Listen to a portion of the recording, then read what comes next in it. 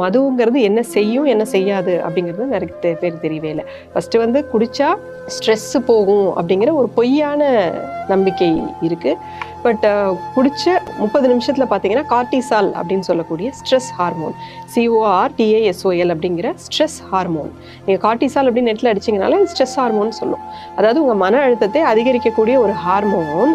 எப்போ வந்து உங்கள் வாழ்க்கையில் ரொம்ப மோசமான துக்க காலங்கள் வருதோ, பயமான ஒரு சூழல் வருதோ, இந்த சமயத்தில் சுரக்கக்கூடிய அரிதான சுரப்பு தான் இந்த கார்டிசால் அப்படிங்கிறது. அது வந்து இந்த மது குடிச்சு 30வது நிமிஷம் ரொம்ப அதிகமாக சுரந்துருது.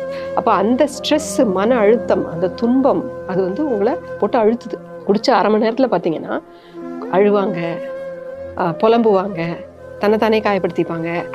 ஸோ இது எல்லாமே குடிச்சிட்டு ஒரு மனுஷன் பண்ணக்கூடியது எதுவுமே ஒரு சந்தோஷமான மனுஷன் பண்ணுறது கிடையாது. சந்தோஷமாக இருக்கும்போது யாரோ ஒருத்தர் உங்களுக்கு ஏதோ ஒரு தப்பு பண்ணால் கூட மன்னிச்சுட்டு போயிடுவீங்க, நீங்கள் சேர்ந்து சிரிச்சுட்டு போயிடுவீங்க. எப்போ நீங்கள் வந்து கோவப்படுவீங்க, எப்போ எதுக்கு எடுத்தாலும் கத்துவீங்க, நீங்களே ஒரு துன்பத்தில் இருக்கும்போது தான் கத்துவீங்க இல்லையா?